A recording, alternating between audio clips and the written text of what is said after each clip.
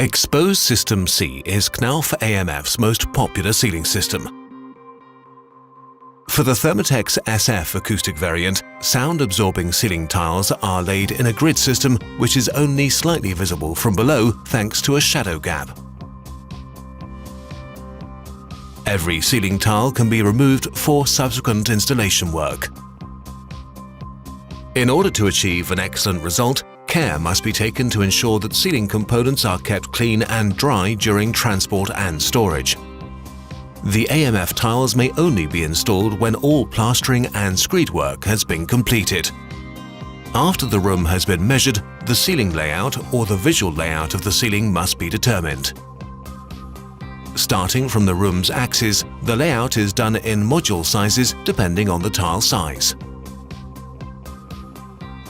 Please make sure that no cut tiles are smaller than half a tile width, as they are visually unappealing. In the standard version, the wall connection is made with a perimeter shadow trim, which must be attached to the wall at the desired ceiling height.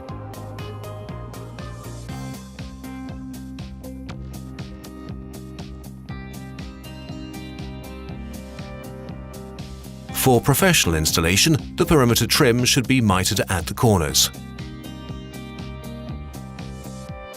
Depending on the ceiling layout, the hangers for the main runners are fixed to the soffit.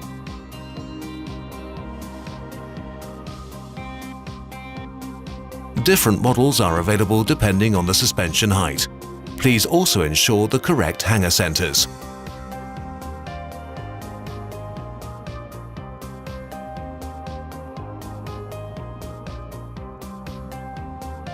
After installation, the desired suspension height is roughly set. The main runners are now cut to size according to the width of the cut tiles.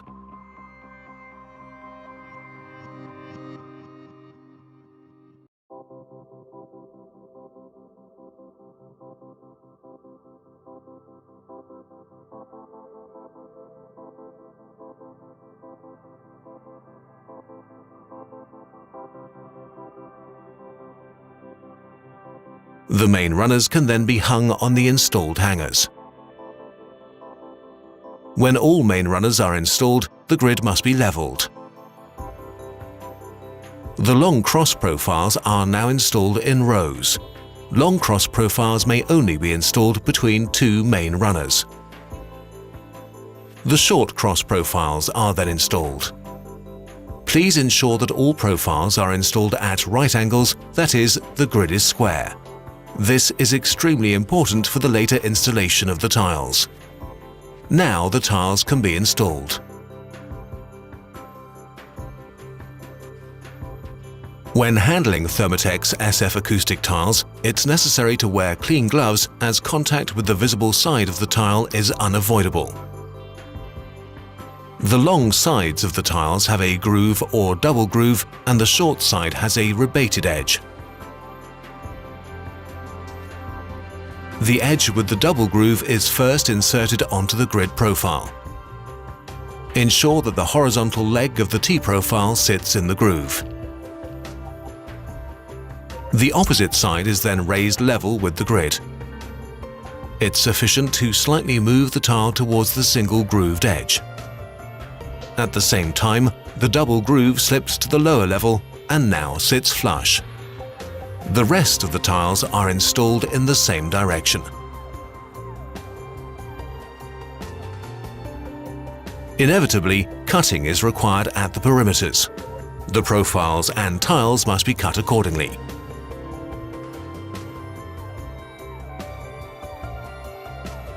The double-grooved tile side should always be discarded.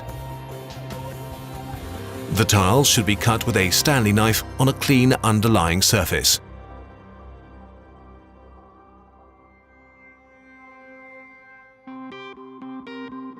Subsequent installation begins with the corner tiles.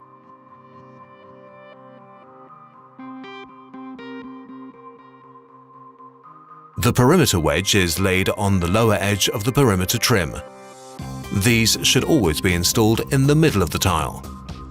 When installed correctly, the perimeter wedge holds the cut tile in place in the grid system.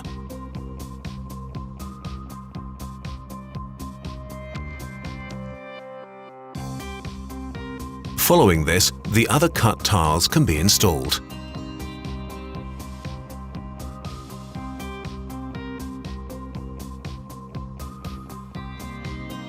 The final step is to install the last corner tile and then the last cut tile.